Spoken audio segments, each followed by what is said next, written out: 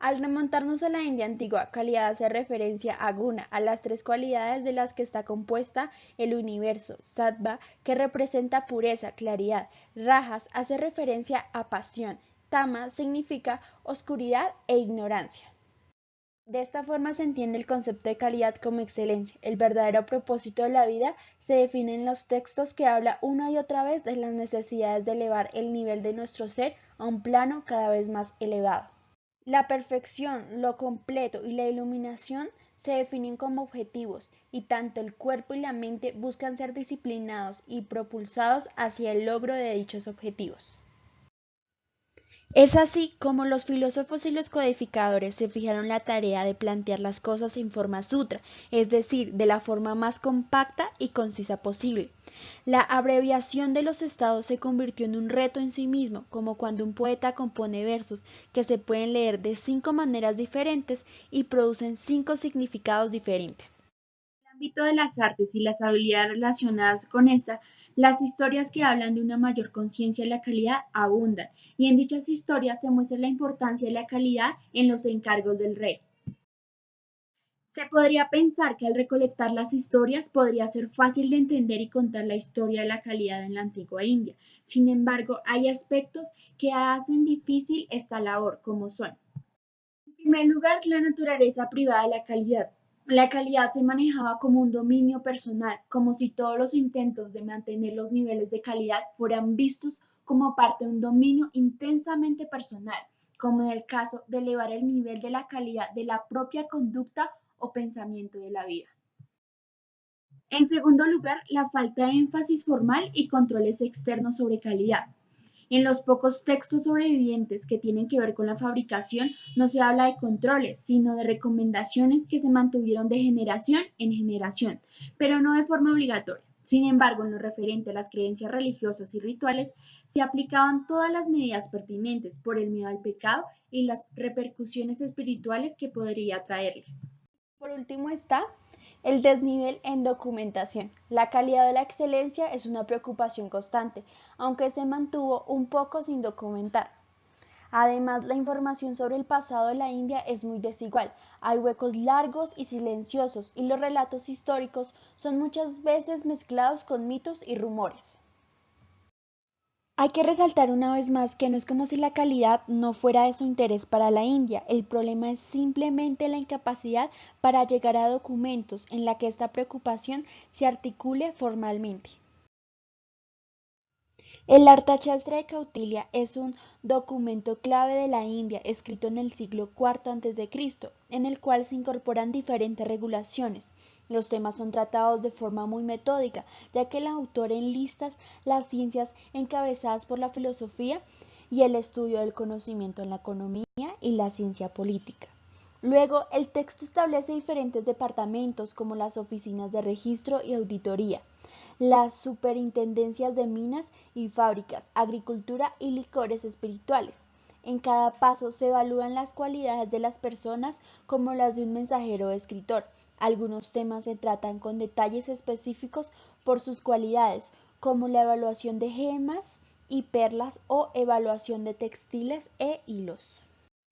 En la India se tiene gran preocupación por el oro y por supuesto con la alta especialización del trabajador, por lo tanto se incorporó el cargo de superintendente de oro en taller, el cual daba especificaciones para la construcción de talleres de oro, los estándares para juzgar la calidad de oro, los procedimientos para probar muestras de oro, los materiales de prueba adecuados, los métodos para evaluar el robo y las especificaciones de los métodos de trabajo.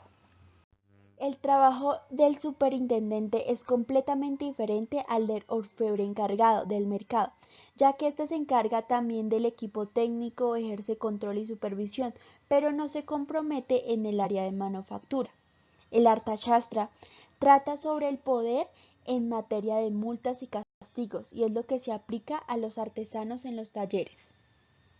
Se establece que se debe hacer el trabajo con el tiempo y la carga de trabajo estipulada, y estos son los requerimientos para lograr la naturaleza en el trabajo. En caso de que estos requerimientos no se cumplan, se considera una reducción en el salario.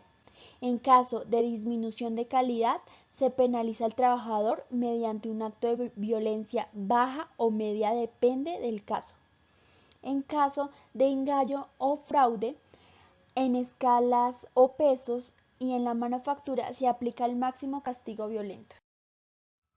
Los estándares de medición son designados por el Superintendente de Estandarización, en donde se tienen en cuenta diferentes clases de pesos, procedimientos y materiales que son usados para construir escalas de medidas de pesos. Además, se tienen diferentes dimensiones y aspectos a medir.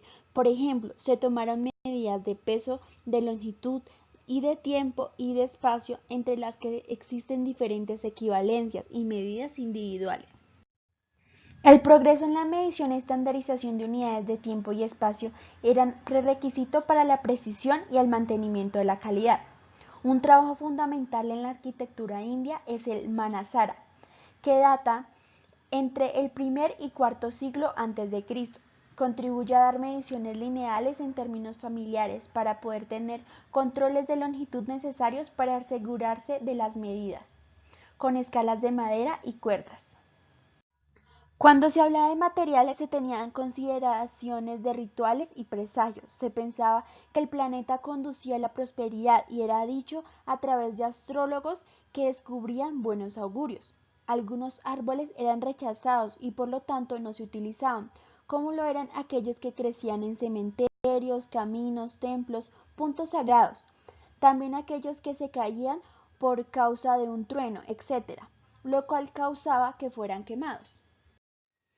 Los artesanos debían ajustarse a ciertos límites a la hora de pintar a sus deidades o dioses, debido a que ciertos rasgos, posturas, miradas, entre otras características, determinaban o presagiaban en las personas estados económicos y de ánimo.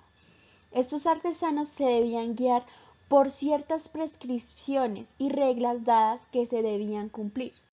Un hombre arábico llamado Al-Biruni escribió una historia de India en el siglo XI, donde dice ciertas cosas acerca de la calidad como contar es innato al hombre. La medida de una cosa se convierte en conocida por medio de ser comparada con otra cosa que pertenece a la misma especie y se asume como una unidad por consentimiento general. De esta manera, la diferencia entre el objeto y su estándar se convierte en algo conocido. Además, otro documento que detalla la India medieval es un clásico del siglo XVI, el An-i-Akbari de Abul Fazl, que habla acerca de información del reino de Akbar, que es esencial para una correcta comprensión de los tiempos. Contenía modo de gobierno, reportes administrativos e informes estadísticos de su gobierno. Para asegurar el control de calidad en la Casa de la Moneda había un superintendente, también un departamento de banca y cambio de moneda, donde el éxito de este departamento dependía de la experiencia en cómo determinar el grado de pureza de las monedas. La plata y el oro eran refinadas a su más alto grado de pureza, en donde se clasificaban metales mediante una escala por medio del color y el brillo del metal. La normalización era una grave preocupación para el emperador, quien examinó cuidadosamente el tema de todos los impuestos arbitrarios, desaprobando que esas opresiones deben establecerse por la costumbre. Ninguno de los diferentes sistemas de medición prevalecieron en la India hasta que el emperador trajo una medida que llamó Yahiyash y se emplea por el público para todos los propósitos. De este modo se empiezan a datar en la India sus primeras unidades de medida, dadas por la arbitrariedad del cobro de impuestos y molestias generales en la población.